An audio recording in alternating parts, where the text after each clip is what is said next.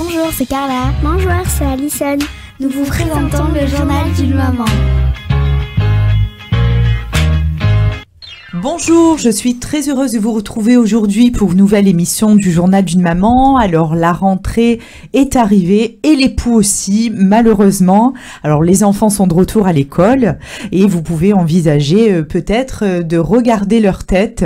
Vous le savez, la bête noire des parents aussi à la rentrée. Donc ces insectes de 2 à 4 mm seulement qui sèment la terreur dans les cours de récréation et avec eux des légendes populaires sur les cheveux sales, attirer davantage les poux, les teintures les font fuir. Nous allons démêler tout ça avec vous. Thomas Norikian, bonjour. Bonjour Vanessa et bonjour à toute l'équipe. Merci beaucoup d'être venu parmi nous, Thomas. Donc vous êtes le responsable du magasin Pux Shop, qui est un magasin qui se trouve à Toulon. Donc vous êtes en fait le spécialiste de l'éradication de ces poux dans votre magasin. Vous allez nous expliquer tout ça. Alors les mauvaises nouvelles quand même, c'est que les poux sont présents toute l'année. On croit souvent que c'est à la rentrée, mais pas forcément. Et ces petites bestioles raffolent du cocktail chaleur, humidité. Et vu que nos hivers sont plus doux, surtout dans le sud, et nos étés plus humides, ils sont là. En fait, tout le temps. Alors, on dit à la rentrée parce que du coup, les enfants sont beaucoup plus proches. Parce que, alors, je me suis quand même renseignée, les poux ne sautent pas. Et c'est une idée reçue de croire que les poux sautent de tête en tête et c'est vraiment le contact du cheveu à cheveu qui va faire que le poux va glisser finalement sur l'autre cheveu. Vous allez nous expliquer. Alors nous, on l'appelle le poux, mais en fait, il s'appelle Pediculus humanus capitis. Donc c'est un nom très sympathique pour ces bêtes horribles. Voilà. Alors c'est pas non plus un synonyme d'une mauvaise hygiène ni d'une maladie. Et je le répète, ça se trouve en milieu scolaire parce que les enfants, je pense, sont très proches et bien entendu dans la sphère familiale parce qu'on est tous très proches. Thomas, vous qui connaissez bien ces petites bêtes, est-ce que vous pouvez nous dire, donc on a compris que le poux allait d'un cheveu à un autre, et qu'est-ce qu'il fait quand il est dans la tête? Alors pour commencer, effectivement, on attrape les poux par contact. La première infestation, il faut savoir que c'est le sable de la plage.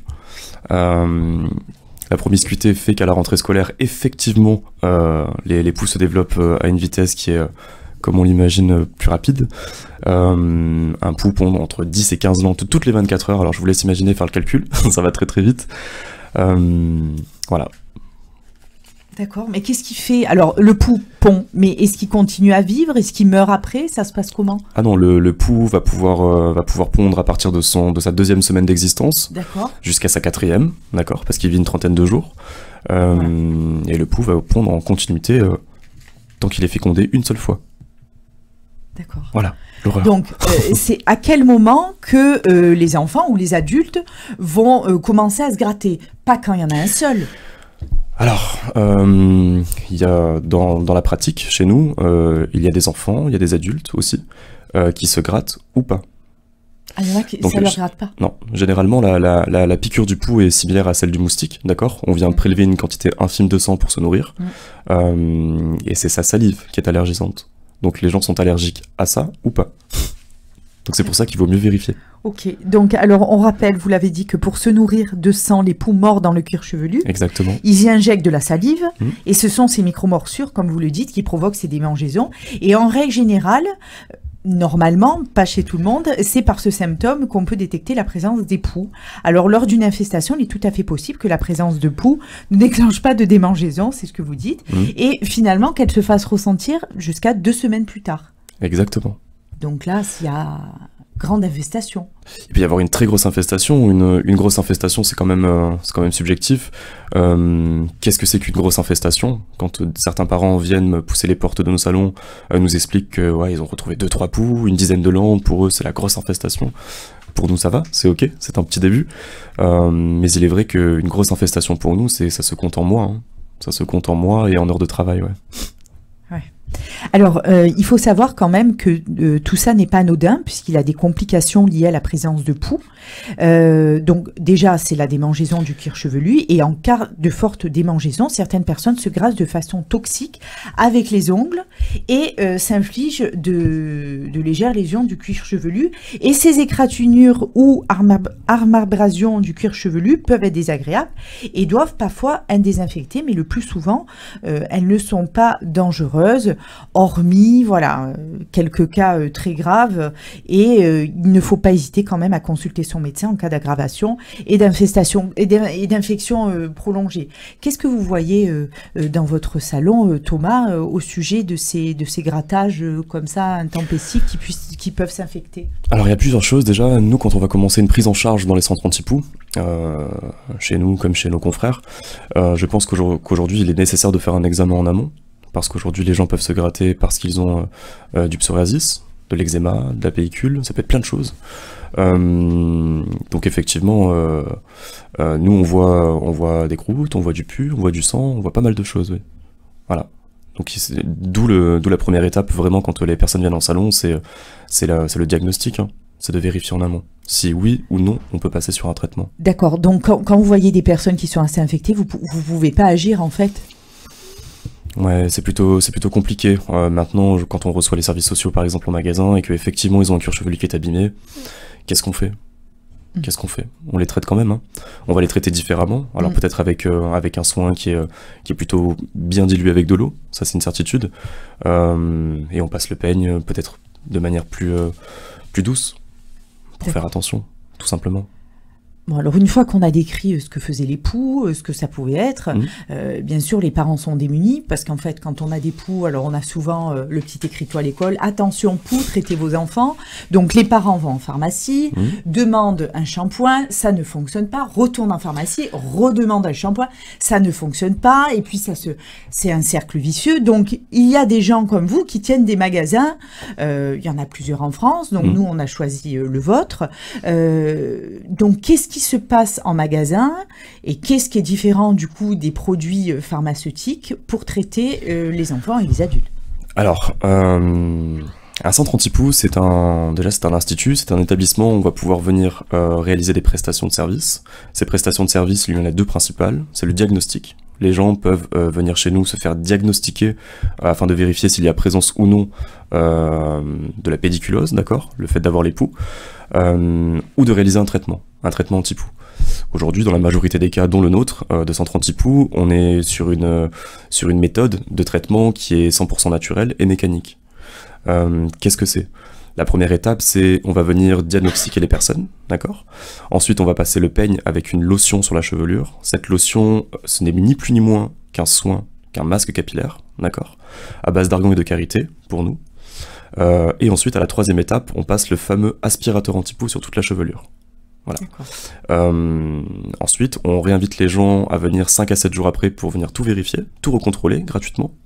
Et on offre une garantie de 30 jours après. Donc pendant 30 jours, si les enfants rattrapent des poux à la plage, au centre aéré, à la danse, à l'école, on refait gratuitement. Ah oui. Et donc cet aspirateur, il va aspirer même la langue qui est très accrochée ? Alors, l'aspirateur anti-poux ne fait pas tout, parce qu'on a quand même besoin de cette étape de passer le peigne, voilà, d'accord ? C'est ça. En fait, si vous voulez, dans l'étape du peigne et de la lotion, on va retirer à peu près entre 90 et 95%, voire à 100%, selon l'infestation qu'on réalise, qu'on traite de sa conteneur en poux et en lente. Mais il est vrai que quand on passe l'aspirateur anti-poux, on peut encore retrouver des poux et des lentes. Vous terminez le travail en fait. Exactement, je pense que c'est plus pour de la finition. Voilà, il faut vraiment que les gens soient OK avec ça. L'aspirateur anti-poux ne fait pas tout, qu'on l'achète en parapharmacie, sur internet ou autre. L'aspirateur anti-poux ne fait pas tout. Il permet de fignoler, de parfaire un traitement, mais jamais de réaliser un traitement à 100%. D'ailleurs, ça n'existe pas, nous on le propose pas comme ça et on le présente pas comme ça.